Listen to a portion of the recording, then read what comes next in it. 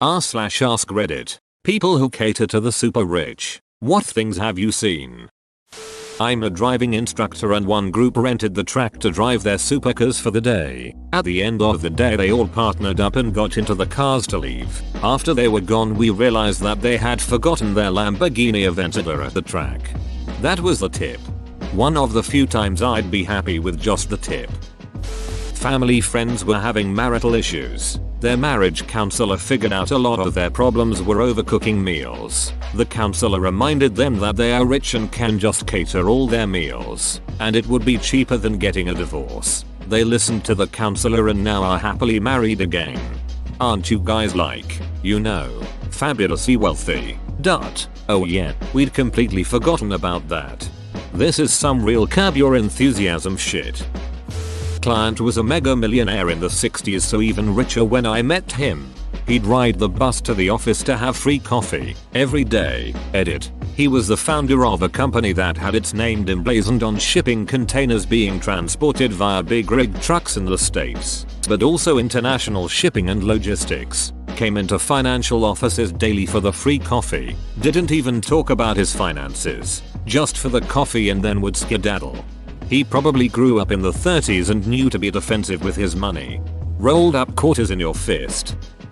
A woman who owned a small private jet business told me one time someone paid them to fly their dog, by itself, to NY for about $45,000 for some training. No other passengers. It's silly to imagine an untrained doggo trying to manage at the baggage claim. I've had co-workers, in Aviation, fly across the country for a lobster roll and coffee beans. The trip there and back probably cost $60K minimum.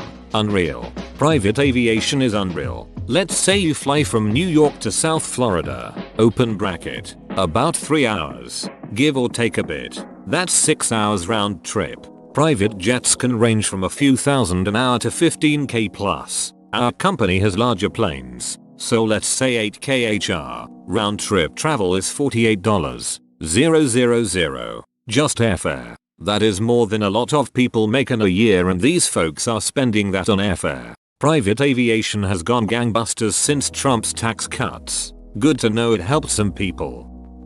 Old high school teacher of mine is an extremely successful private tutor and does a lot of work in the wealthy neighborhoods in the area. He told us once he was tutoring a kid and helped him get prepared and pass his college level physics class, and at the end of their last session the kid told him to wait there and went into his dad's office and came out with his payment and an extra $1,000. My teacher tried to deny it, saying it was too much, but the kid said his dad asked him to give a tip. I used to deliver pizza and this big ass house was ordering 4-5 pizza every Sunday. The lady, a worker at this house, was giving $100 tip. The first time, when I tried to refuse it, she told me the master of the house insists on tipping $100 to the pizza guys.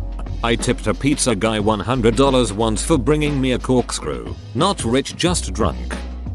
I live near a company that builds yachts. One day there was an odd looking yacht. A crew member explained to me that was a shadow yacht. You see, when you get hyper rich and have multiple yachts, you wouldn't want to ruin the aesthetic of your nice yachts with jet skis and helicopters. Nor would you want your crew to sleep on the nice yacht. So you buy a shadow yacht to store your toys and to house your crew. This shadow yacht follows your fleet of nice yachts around. I was hoping shadow yacht meant it used stealth technology or fought the piracy. I'm disappointed. I'm sure there's an even chance that at least one billionaire has outfitted his yacht to fight pirates and tried to lure them into attacking.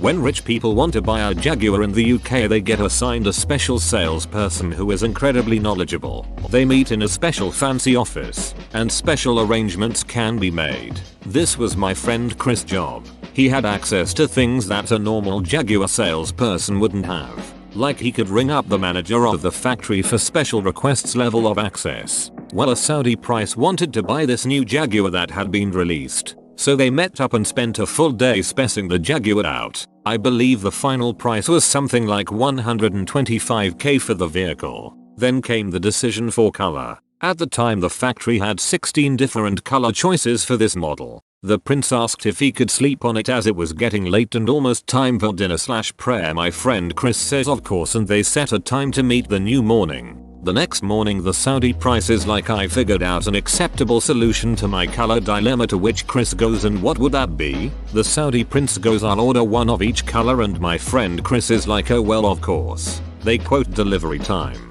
Saudi prince was fine and asked for his options and was presented with ocean travel options, to which the prince said, what about air cargo? Chris thinking maybe they'd do 1 or 2 by air cargo and the rest by boat. The prince was like, no, I want all 16 vehicles loaded on a plane and flown to Saudi Arabia. So that's the story on how 16 of the same Jaguar with different colors ended up being flown to Saudi Arabia, all in the total cost was around $2.5 million. Please note the prices should be pound symbol not dollar sign. It's weird that when your story mentioned $125,000 for the car, I was like, that's pretty expensive. But when you said $2.5 million for all 16 to be purchased and to get to Saudi Arabia, I thought, that's not bad at all. I thought the same thing. Was expecting a higher number. I feel like Jaguar didn't appropriately apply the I'm too rich for my own good tax. I became personal friends with my boss and his wife. Super nice people. The wife turned out to be an heiress and would buy me whatever I mentioned. Like in passing during a conversation. I learned gifts were how she was raised to show love. I've trained myself to only talk about things I already own, unless I find something useful she might like and suggest it for her. Can you talk about a new house for your new Reddit friend? I like the way you think. My grandpa was a piano tuner. He couldn't drive due to epilepsy, so family would take him to jobs. One day dad took him to a job and got talking to the owner. He said the guy lived in the biggest, nicest mansion he had ever seen. Everything in the house was crazy expensive, but the owner and his wife were very down to earth and normal, if not a bit rough around the edges. Finally his curiosity got the better of him and dad asked how they made their money. The guy said he used to drive a truck and got tired of needing to carry around bottles of ketchup. That's how my dad met the creator of the ketchup packet. My hero. This is so incredible, I can hardly believe it. Yet, you never could have made this up. Some extremely wealthy people I have been around have a more acute sense of their own time and mortality, leading to impatience. Like they understand how awesome their lives are and therefore how short they feel. I knew a guy whose vintage yacht broke down before summer, so he bought another one strictly for that upcoming summer. His reasoning was he likely had 20 full health summers left in his life and didn't want to spend one of them without a boat, considering he had the means to. Honestly, can't argue with that logic. I am beginning to feel the awareness of being able to count the healthy years left, and I'm not mega rich. Must be amazing to know you can pack those remaining years full of wonderful and wild experiences. My great uncle was very well off. He did not have a guest house. It was a guest mansion, separate from his mansion, in case his kids dropped by.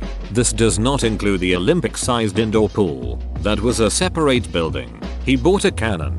He used it to shoot the mountain behind his house. He shot brand new special bowling balls out of it. They cost $100 per ball. Edit. I'm not sure of the actual size of the pool, but it was definitely bigger than most community pools. But if you want to see the cannon in action, Nitro Circus came by and shot a car with it in one of their episodes. I didn't expect this comment to explode, so I didn't mention the human slingshot. There have been a few viral videos made about it.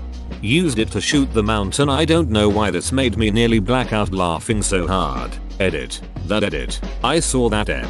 That thing's a beast. Sometimes you need to remind the mountains that we fight back.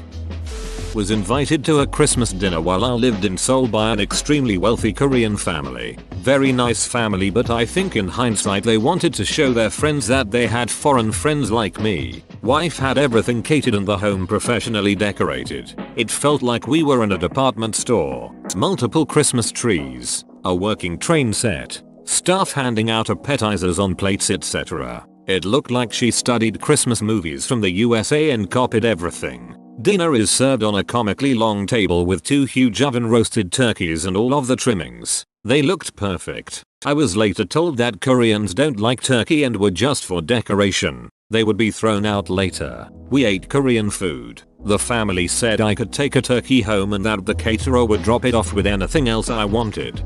Oh hell yeah. Did you take the turkey home? I really hope they did. I can't believe there's people out there pineappling whole ass turkeys for their parties. I worked at a resort and marina that dealt with high-end boats. From mega yachts to brand new cigarette boats. Always assume the quiet dude with the stained shirt is the owner of the performance boat. Never expect tips from mega yachts. The most narcissistic guests were always surgeons. The angriest guests were lawyers. Open bracket. No offense to attorneys. I am one. The richest were in construction and commercial real estate. The best tippers were guys entertaining their side pieces on their boats when you know they're actual wives. So Dr. Strange being an a-hole before the accident was a pretty realistic portrayal. A. Fits better with a cardiothoracic or orthopedic spine surgeon. Those are more god complexy. The neurosurgeons I've met are always more spectrumy than narcissistic. Keith Urban tipped me $7 on a $4 shake and left the keys to his Bentley at the store, but he came back and got them. Keith also bought a couple of guitar pedals for a local kid here in one of the guitar shops. Kid had a budget and was struggling to pick one. So Keith just bought them both for the kid by quietly paying the shop owner on the way out the door, before the kid even knew what he'd done. By all reports he's a genuine decent, down-to-earth bloke. Shaq used to come into my guitar store every once in a while to buy DJ equipment, and it was not uncommon for him to point at a kid playing a nice guitar and say, "I wanna pay for that, too." Have been working for the super rich for some time. Craziest thing I've seen. Brand new 90-meter multi-million pound GBP yacht was built in Netherlands. Maiden voyage to Antibes in France. Owner came on board and left after a few hours. Next week we get sent to Genoa, Italy, where all the bathrooms on board were ripped out and upgraded. That doesn't sound like a big deal, but I'm talking about brand new marble sinks, showers, floors and lobbies all crowbarred out, chucked in skips. Tons of brand new polished marble binned. New marble colors and patterns arrived in the weeks following. There's feed me money, there's duck you money, and there's it's not even a thought money. I used to work for an Arab billionaire's son. A daddy's money guy. Terrible garbage human being. Once saw him spend $16,000 on a wallet. Was a fancy one with little gold spikes on it and stuff. He had shoes with gold on them. I remember one year for his birthday he received like 30 plus cakes. Big fancy cakes, and he told us to leave them on the floor in the hallway outside his room. We walked by those cakes every day for 2 weeks waiting for instruction. After the 2 weeks we were told to throw them away. My college roommate was from a pretty wealthy family in Thailand, but his friend was from the 8th richest family in Thailand. One day I was sitting on the couch exhausted after working a 14-hour shift when they came in giggling about how the guy just bought a $9,000 jacket. I'll never forget that feeling. That was pretty much exactly how much money I was killing myself to make to pay my tuition that semester. One of my friend's parents won a $50 million lottery. We used to work together, and the few years we knew each other before that happened, so they know of the struggle of spending most of your days working in food service to earn a few grand a month. Fortunately they haven't changed as a person, so I still like spending time with them. But it was hard to watch someone I used to be in the same boat spend more money than I make in 2 months on a bag last time we went shopping. Well, they did. I couldn't afford the air in the places we visited. I used to work for a company that modified aircraft for really rich people. I'm talking 747s, not Gulfstreams. This company had made several aircraft for this one customer, who I was told had purchased a new one solely because his spiritual advisor had told him that one of his current planes was bad luck. He still let his wife use it for her personal travel. To me, one of the most exquisite features of these planes wasn't the gold-plated everything or rare wood veneers. It was the silk carpet. That stuff cost over $1,000 per square foot and feels like walking on a bed of angel feathers harvested in the most inhumane way possible. Granted, these guys don't deck out the whole plane, just their personal areas. The aft third is usually reserved for staff and such and is more like a fancy economy class. But yes, silk carpet. One of his current planes was bad luck. He still let his wife use it for her personal travel. I guess it's cheaper than a divorce. Had purchased a new one solely because his spiritual advisor had told him that one of his current planes was bad luck. Gavin Belson. I work at a university offshoot, where a billionaire has donated a few buildings. He'll drive through every now and then to take a look at them. He'll stop and chat with us lowly workers, and occasionally give us tickets to the games in the arena he donated to the university. Edit. Well, this blew up more than I expected. No one's guessed his name so far, but he keeps a low profile and so you wouldn't recognize his name unless you were in the know. Open bracket. Also, it seems I need to get back into deleting Garfield. Sounds like a solid dude. Terry Pegula? A friend did some work on Sylvester Stallone's home. Apparently there's a ton of statues and art of himself, some of which are naked and very well endowed. His house is for sale. You can see it in the real estate videos. Super dark and weird. There is lots of it. I heard an interview on the radio from a guy who was from my hometown in the UK who was Stallone's personal chef in the 90s. He said Stallone was a nice guy. He had something in his house where he could watch the amount of tickets his films was selling in live time, so knew almost immediately whether it was a flop or not. He was married to Bridget Nielsen at the time, and this chef said she was walking about topless or naked all the time, which he thought was strange until she walked up to him one time when Stallone was out and offered it to him on a plate. He politely declined because he liked Stallone and they were divorced a few years later, so there may have been other things going on. My dad delivered a pizza to Rob Dyrdek. He tipped him $100 and apparently farted and thought it would be silent, but it wasn't. That was hush money and you ducked it up. $100 can only get you so far.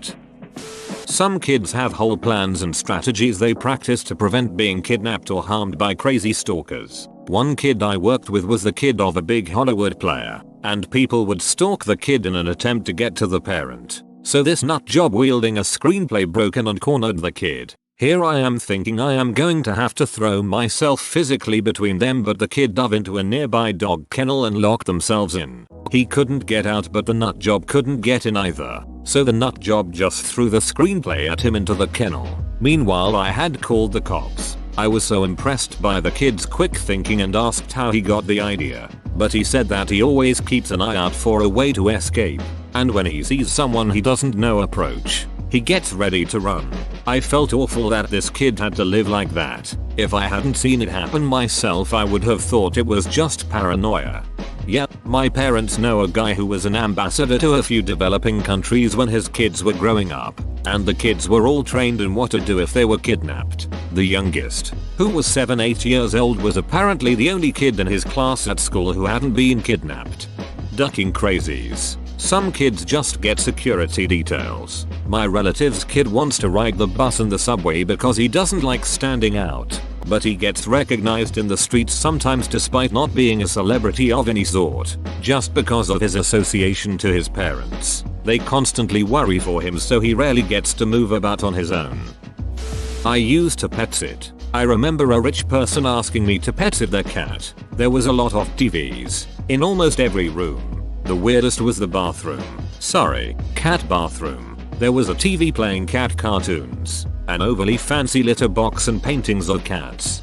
I grew and ducking tea. I would do the same thing if I were disgustingly rich. My boy Dobby is my rock. He gets a gilded room to throw down some fat logs.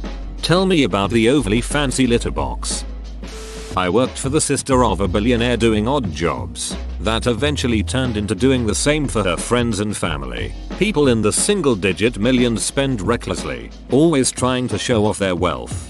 People in the double-digit millions are a mixed bag. People in the $100 million $B range were incredibly interesting because the ones I worked for were incredibly frugal. If you took away the business aspect, they were normal people, not pretentious a-holes. They didn't really care about appearances anymore. They drank $50 bottles of liquor, not $1,000 scotches. They preferred pizza to a catered meal. They bought the home with the best view, not the biggest home. 5 big purchases were also investments. Own a PGA course, but use a $2,000 set of clubs because they liked the fit. Make a $50 million deal in khaki shorts, sandals, and a t-shirt. Never did I hear a raised voice. Every request was prefaced with please, and often thanked genuinely. I was incredibly shocked, not the demeanor I anticipated. That leads me to the most common thing I saw.